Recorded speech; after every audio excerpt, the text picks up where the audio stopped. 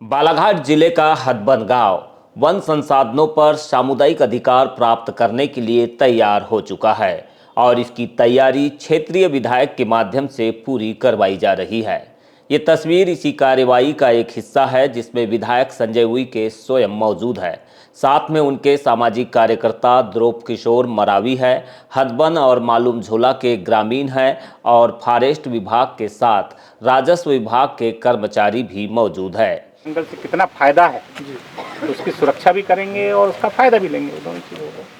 वनाधिकार एक ऐसा कानून है, इसमें आदिवासी समुदायों के साथ वहां निवासरत परंपरागत वन निवासियों यानी कि गैर आदिवासियों को भी व्यक्तिगत अधिकार, सामुदायिक अधिकार और वन संसाधनों पर सामुदायिक दावा प्रस्तुत करने का अधिकार प्रदान करता है।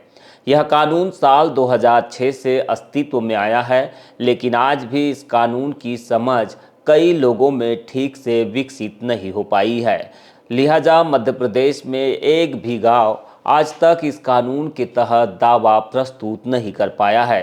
राज्य में संजय उइके एकमात्र ऐसे विधायक हैं जिन्होंने इस कानून की समझ और उसके प्रावधानों को समझाने के लिए बैहर क्षेत्र में अभियान छेड़ रखा है।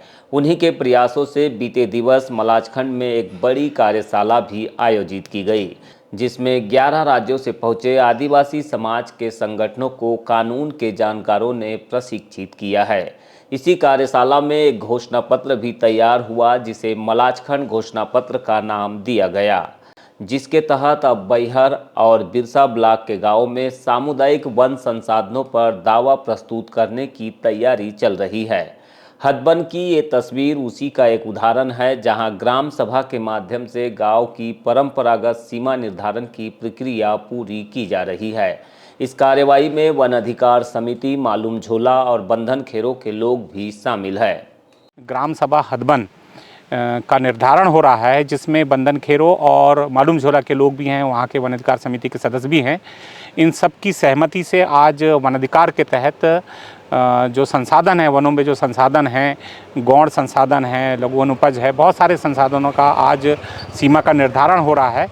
वन अधिकार हासिल करने के लिए कई शर्तों और नियमों का पालन करना बेहद जरूरी है। जब तक इन शर्तों का पूरी तरह से पालन नहीं होता है, सामुदायिक वन अधिकारों का दावा प्रस्तुत नहीं किया जा सकता।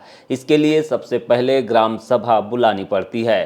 फिर ग्राम सभा की इस बैठक में सामुदायिक वन संसाधन अधिकार दावे के लिए आवेदन करना पड़ता है और उसे स्वीकार करने से जुड़े फैसले भी लिए जाते हैं, यानी कि कौन सा क्षेत्र इस दावे में आएगा और इनमें से कितना क्षेत्र व्यक्तिगत अधिकार के क्षेत्र में है, इसका पालन किया जाता है। इसके बाद ही वन अधिकार समिति का गठन कर आगे की प्रक्रिया पूरी की जाती है और फिर परंपरागत सीमा के पहचान के लिए कोर समूह का गठन किया जाता है। इसके लिए एफआरसी के अध्यक्ष और सचिव एक सूचना तैयार करते हैं जिसमें कोर समूह के सदस्यों के नाम, अगली बैठक की तारीख, जगह और समय की जानकारी दी जाती है। विधायक संजय उइके बताते हैं कि यह अधिकार परंपरागत वन निवासियों की आजीविका से जुड़ा हुआ है। इसके माध्यम से ग्राम सभा आत्मनिर्भर हो सकती है और लोग आर्थिक रूप से सक्षम भी हो सकते हैं। बहुत महत्वपूर्ण इसलिए है कि जैसा आप सब लोग अभी समाचार पत्रों के माध्यम से सुनते होंगे कि पंचायत मंत्री जी कहते हैं कि हम ग्राम पंचायतों को, ग्राम सभा को आत्मनिर्भर बनाएंगे। तो ये जो आदिवासी क्षेत्रों में वन संसाधन हैं, ये वन संसाधन जिनको वन विभाग का दायित्व है इनका संरक्षण और संवर्धन के लिए, लेकिन मैं ऐसा मानता हूँ कि विभाग शायद इसको ठीक ढंग से नहीं कर पा रहा है। तो जो हमारे आदिवासियों का वन अधिकार में कानून कहा है कि हम पीढ़ियों से हम पे इसका अधिकार रहा है, हमारी देवी देवता का इसमें वास रहा है, हम अपनी जीविका चलाते आए हैं, तो उसी को सरकार ने दिया है और उसी पे हम अगर आजीविका से इसको जोड़ते हैं, इन वन संसाधनों को जोड़ते हैं, तो हमारे सामने बहुत सारे ऐसे उदाहरण हैं जिससे गांव के जो लोग रहते हैं, ग्राम सभा में जो लोग रहते हैं, उनको एक अच्छा आय प्राप्त हो सकता है और ग्राम सभा आत्मनिर्भर हो सकती है इस वन अधिकार कानून के माध्यम से। आमतौर पर गांव में रहने वाले लोग यह जानते हैं कि उनके गांव की सीमा कहां तक जाती है। या इसके लिए उनके अपने चिन्ह कौन से है, इसे देखकर सीमा निर्धारित की जाती है। इसीलिए इसे नजरी नक्शा भी कहा जाता है। इस प्रक्रिया के बाद एफआरसी और कोर समूह के प्रतिनिधि साथ में मिलकर गांव की परंपरागत सीमाओं का निर्धारण करते हैं और ग्राम सभा के माध्यम से वन संसाधनों की सूची तैयार कर दावे का परीक्षण करने के बाद वन अधिकार समिति के द्वारा इसे खंड स्तरीय वन अधिकार समिति को सौंपा जाता है।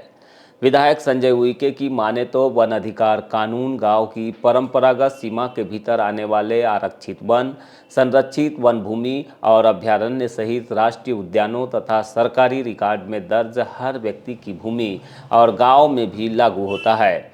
इसीलिए इसे सामुदायिक वन संसाधन अधिकार या फिर सीएफआर कहा जाता है। देखिए, इसके बाद में फिर सामूहिक रूप से तीनों जो सीमा से लगे हुए हदबंद के सीमा से लगे हुए जितने भी सीमावर्ती ग्राम सभा हैं, वहाँ की जो वन अधिकार समिति है, इनके माध्यम से जो दावा बनेगा उसको परीक्षण किया जाएगा, उस पर सहमति ली जाएगी और उसके बाद फिर एक हदबंद की ग्राम सभा होगी और ग्राम सभा में उस दावा को प्रस्तुत करने के बाद उस पर आपत्ति दावा लेने के बाद में फिर उसको ग्राम सभा स्वीकार करेगी और ग्राम सभा स्वीकार करने के बाद जो उस हदबंद के ग्राम सभा की जो वन अधिकार समिति है उसको खंड स्तरीय जो वन अधिकार समिति है उसको सौंपेगी, दावा प्रस्तुत करेगी। देखिए, ये जो वन अधिकार कानून है, चाहे नेशनल पार्क हो, राष्ट्रीय उद्यान हो, अभ्यारण्य हो, संरक्षित वन हो या आरक्षित वन हो या बड़े झाड़ का जंगल हो, चाहे वो गांव हो चाहे शहर क्षेत्र हो, शहरी क्षेत्र हो, दोनों जगह में लागू है और सारे प्रकार के वनों पे वन अधिकार कानून लागू है।